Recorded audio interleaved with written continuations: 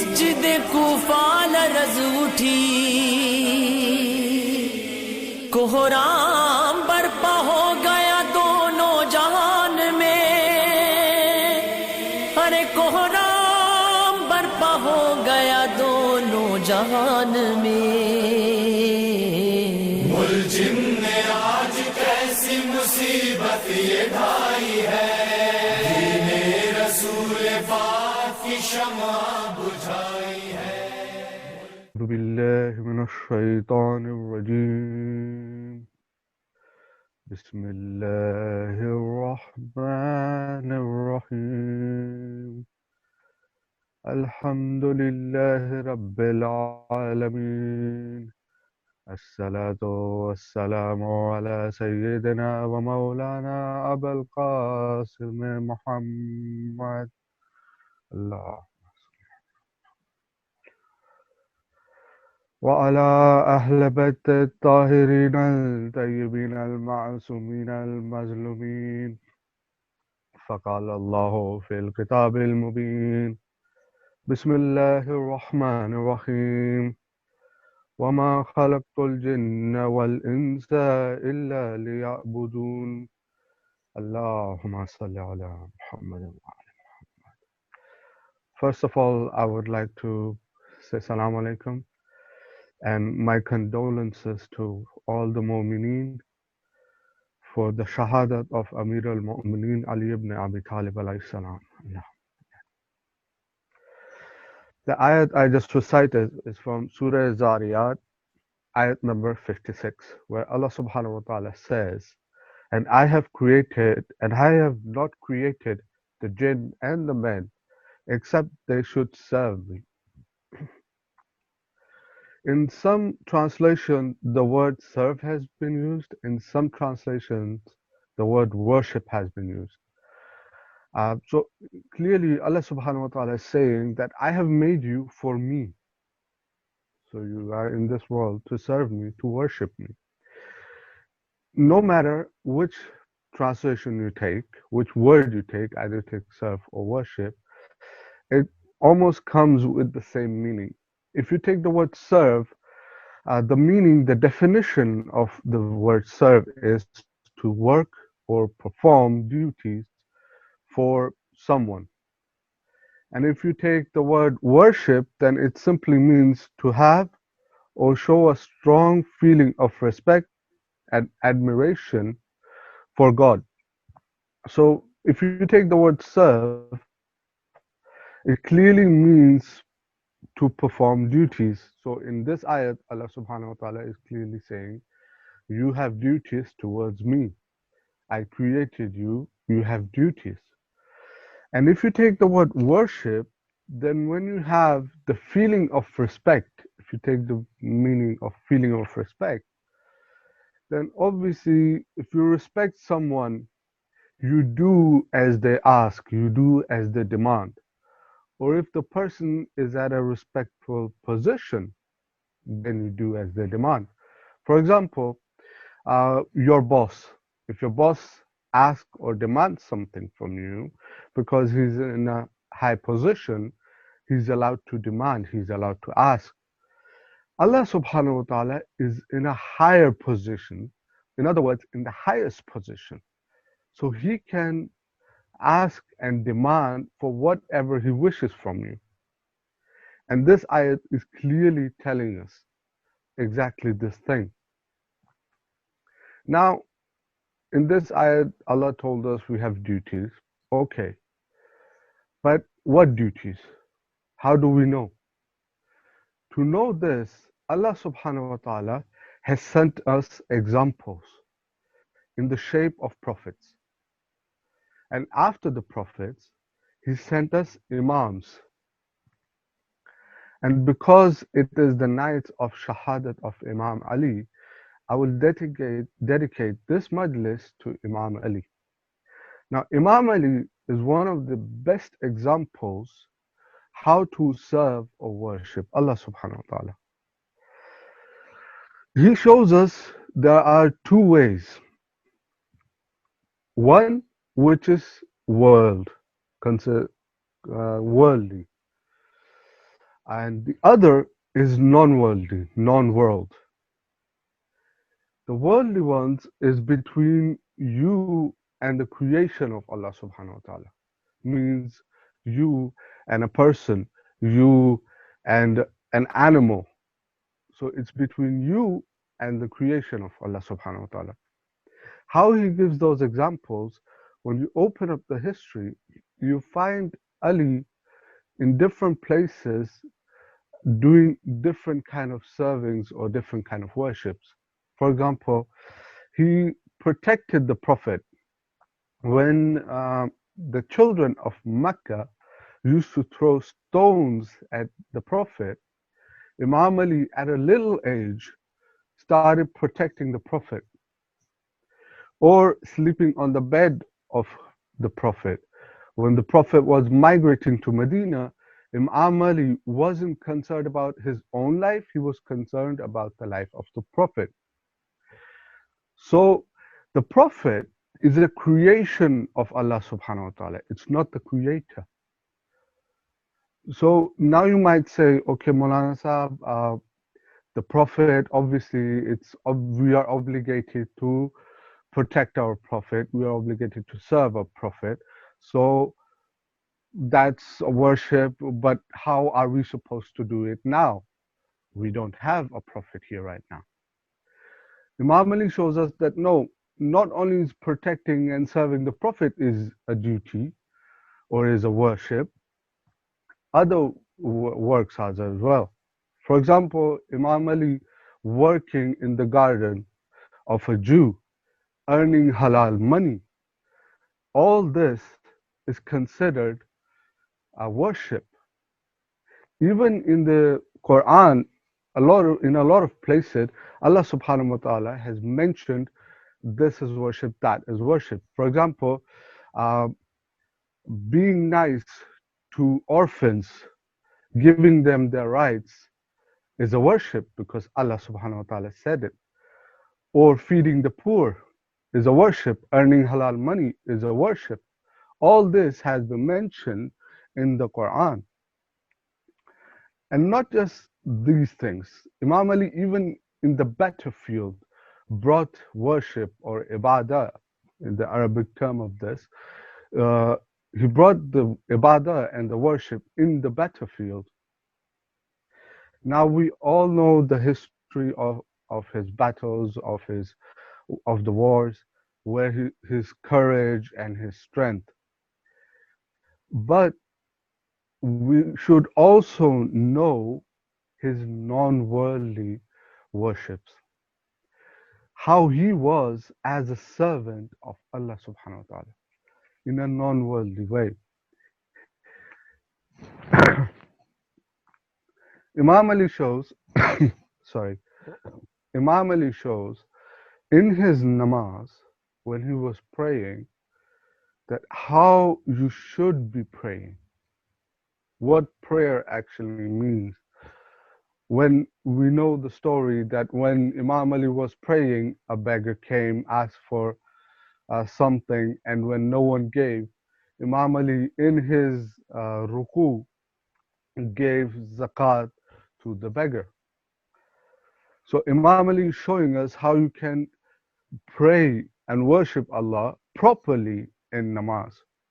Also, when you look at the du'as of Imam Ali, the words Imam Ali used to describe God, to describe the Creator, and then the words he used to describe the people, the creation, himself, it makes you realize that what the difference, what Imam Ali, what kind of a worshipper he was. And after looking at all these things, all these points, it makes me wonder why people are surprised if we like Ali. Why people are wondering why we like Ali. If there is anyone as remotely as good as Imam Ali, sure, bring ahead. We'll have a look at him. We'll like him as well. But is there anyone other than the Prophet? How can you compare Imam Ali to all the other people in his time? After all that, what he has done, the way he has done it. Now, there's one thing that obviously there's only one Ali. There's only one Ali who was born in Kaaba. There's one Ali who married Hazrat Fatima Zahra alayhi salamu alayhi. And there's only one Ali who had the sons and the daughters that he had. But does that mean that we don't get to do what Imam Ali did? We don't get to worship the way Imam Ali used to worship? No. In the ayat, Allah subhanahu wa ta'ala says, Jinno ins, he's using the word men, means all of us, not just Imam Ali or the Prophet. So how can we become Ali? Becoming Ali himself is impossible. But what we can do is become the shadow of Ali. Now, when you look at your shadow, you see that the shadow moves exactly the same way you do. When you move your fingers, your shadow moves the fingers. Look, even here you can see it. But you don't say, this shadow is me. You say, this shadow is mine, or it's my shadow. You claim ownership or property that this is mine. The same way is for us to become the way Ali was, to become his shadow. Now you might think, Maulana Sahib, how is it possible? Even the shadow of Ali is very azim, is very great. Yes, sure. But it is possible. And there are even proofs throughout the history that there have been shadows of Ali. I'll give you two examples. I'll just say their names. And the first three things that will come into your head, I would like you to think about these three things. The first name I'm going to say is Malik Ashtar, and the second name, Ammar Yasser. I'm sure out of the first three things that came into your mind, one of them was companion of Ali. And this is the proof that the mere thought of these people brings the thought of Ali. And that is how we should be. The mere thought of Ali, or the mere thought of us, should bring the thought of Ali in everyone's mind. Now, it's not just important that the people accept us, that, okay, they think about us and they say, this is a Shia Ali. It's important that the Imam thinks about us that way. That as soon as he hears our name, he thinks of, this is a Shia of Ali. And the best time to do this is right now. Ramadan is a month of great, great mercy. And we can ask Allah subhanahu wa ta'ala anything we want. And right now, we have the nights of Qadr. In this great, great month, these nights are the greatest nights. Brothers and sisters, use these nights. Worship Allah. Ask Allah to be like Ali, to be Ali's shadow. Now, these nights are the nights of Imam Ali's martyrdom. But these nights were supposed to be the nights of mercy. How come Allah subhanahu wa ta'ala is willing to let his representative die in a night like this? Imagine how Imam Ali was feeling without the Prophet, without Hazrat Zahra salamullah alayhi, how he must have felt in this world. So, in a way, you could say it was mercy upon Ali to say, Ali, you can return to your wife, you can return to your beloved Prophet. At the night of the 19th, Imam Ali was sat in his house with his children. And as the night proceeds, Imam Ali tells his son to go to the gates of Kufa and guard the gates of Kufa. And he himself sat down with his daughters and started kissing their foreheads and the rest, started loving his daughters. And as the night kept progressing and the time of Fajr came close, Imam Ali got up and went out. And when he was in his front yard, the ducks came to him and they started making really loud noise. And his daughter asked, "Oh father, why are these ducks making those noises? I've never seen them in such condition."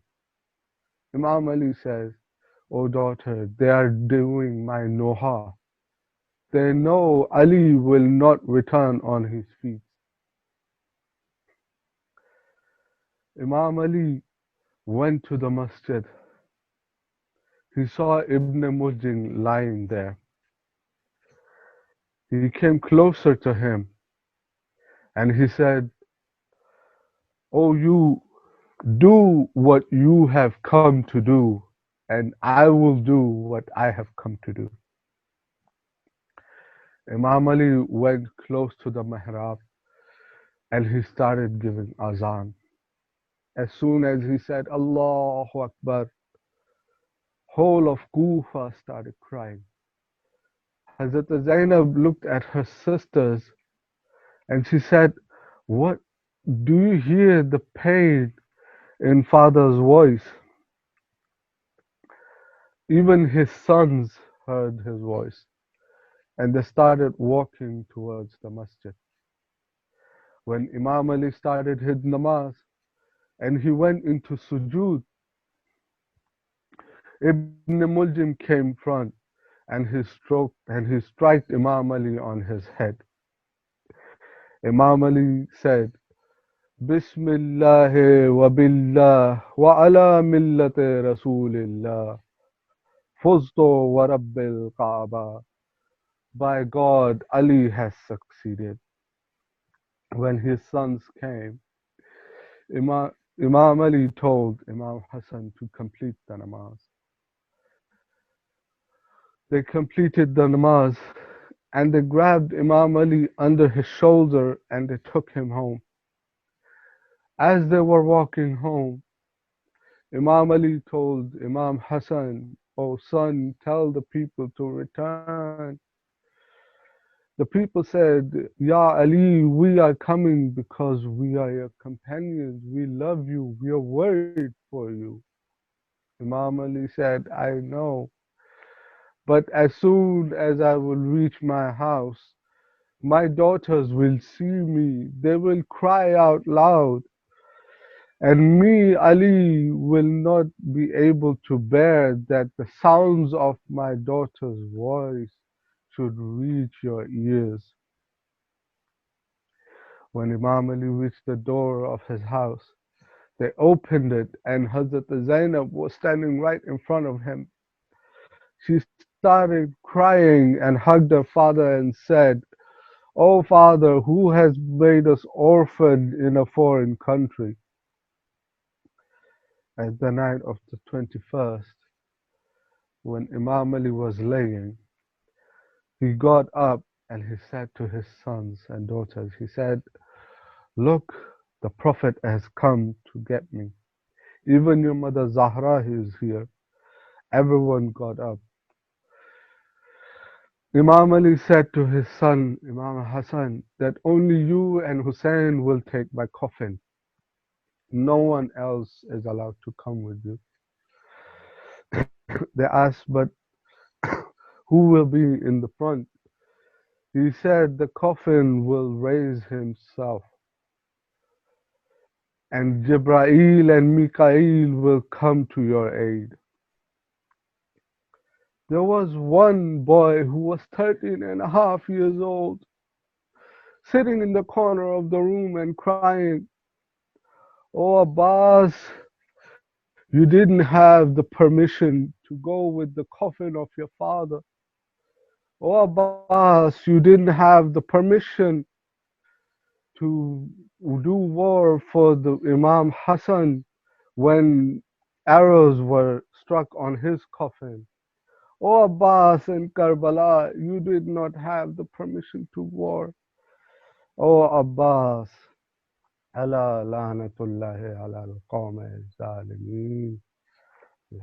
मुलजिम ने आज कैसी मुसीबत ये ढाई है, दीने रसूल पाक की शमा बुझाई है।